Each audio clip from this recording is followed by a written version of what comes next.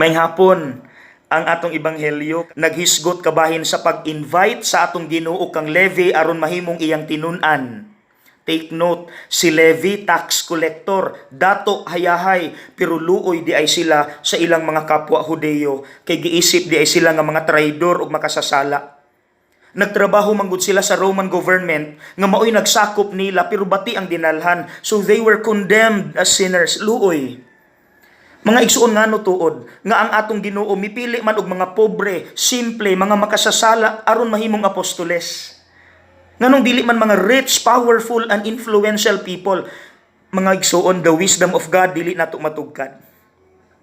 Two reasons. Number one, kay ang audience nga mausab ang status, pobre o mga makasasala, dali rang makarelate sa experiences o messages sa mga apostoles, kay mausab ang experiences sa mga apostoles, mga simple o mga makasasala.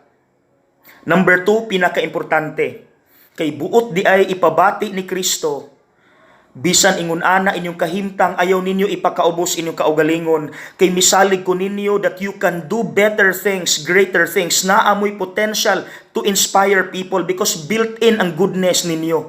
Mga igsuon, mausab na ang message ni Lord alang nato karon. Dili unta ta magpadala sa mentalidad nga kita gipakaubos nato atong kaugalingon kay makasasala ta. Why are we here in this world? Because God trusts us that we also have the capacity and the potential to inspire people to do good, not just good, better and greater things for heaven.